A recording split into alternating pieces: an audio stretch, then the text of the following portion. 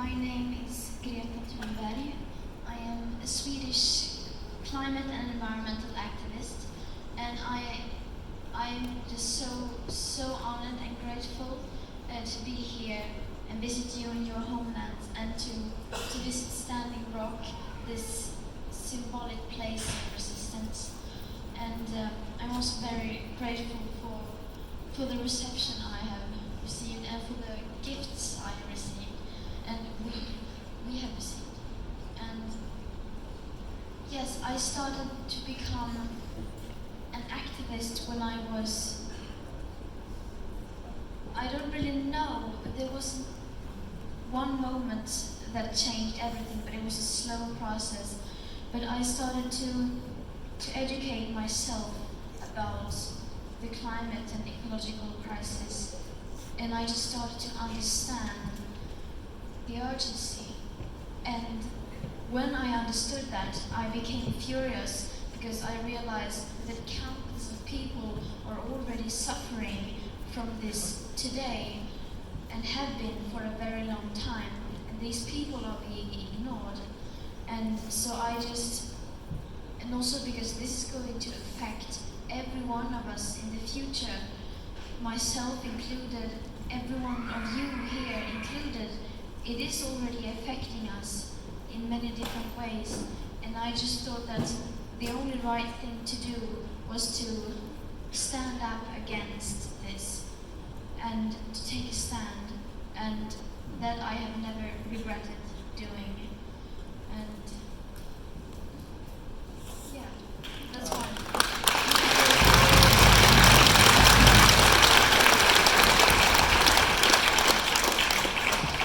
We'll go back over to Tokata here. We've just got a couple more questions. And just keep in mind, audience, kids, get your questions ready.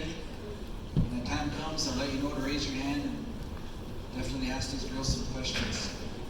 So the next, we'll get right into it, Tokata. I know you protested a lot on the No DAPL movement and here on Standing Rock, and we have a lot of people from around the world that has come to your homeland here on Standing Rock. And can you just explain to me how significant that was to you to kind of see a lot of different tribes and people from all over the world that come to your homeland? And then also, what do you think about Dakota Access Pipeline?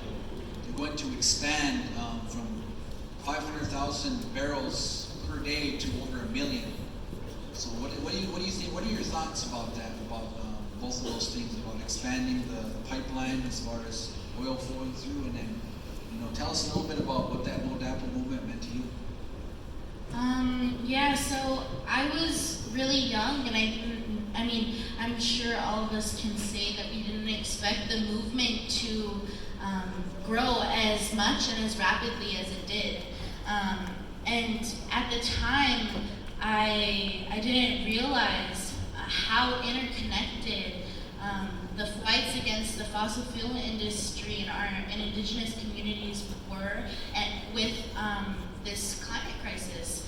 And so for me, it was kind of an awakening to see that the same industries that we are feeding into within our everyday choices and everyday lives is the same industry that is coming into our communities and destroying our ways of life and destroying our land and our waters. And this is the same set of corporations and systems that is causing the ecological and climate crisis.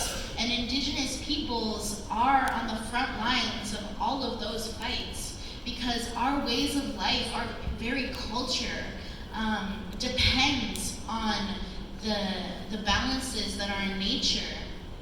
It is a relationship, recognizing the earth and nature as a part of us, as our relative, instead of something that we can exploit and own and use and breed. And so for me, being at Standing Rock and seeing how much unity could be created and seeing the power that we all hold together, the power that is just sitting right in our hands, and being able to utilize that and turn it into something very physical, such as the encampment, that was really a sign of a positive way of life and a physical example of change.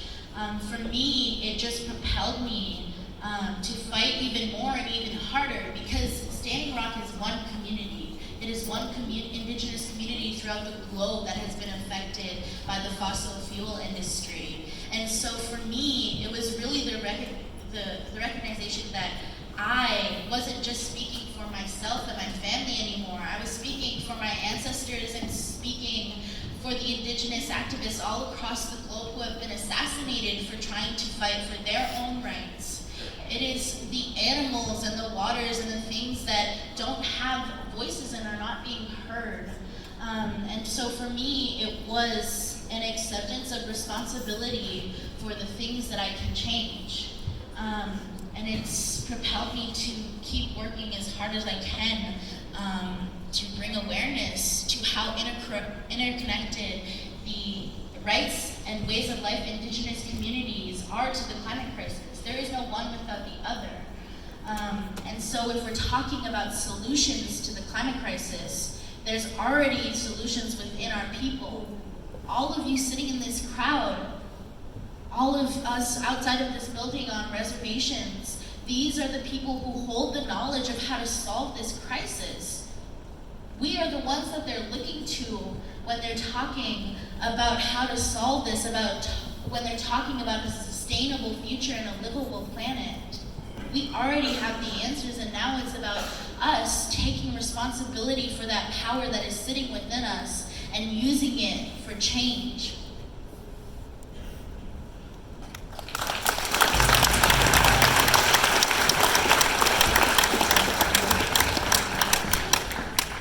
Okay, back over to Greta. Greta, I know you came over on a sailboat from Sweden, your home country, into the United States, and the United States is one of the biggest fossil fuel-driven countries in the world, and I know that's kind of why you're here in the United States, because it's so important to you.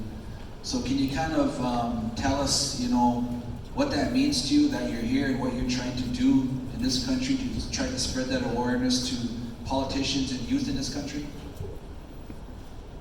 Yes, I went here because I received an invitation from the UN to speak here, and then I thought, when I'm here, why not travel across the continent and visit lots of places and lots of people like you, and because this is a global fight, this is not just my home country, Sweden, or in Europe, this is a global problem, and the US is one of the biggest emitters of greenhouse gases in the world, and it is very important that the US takes responsibility, of course, and so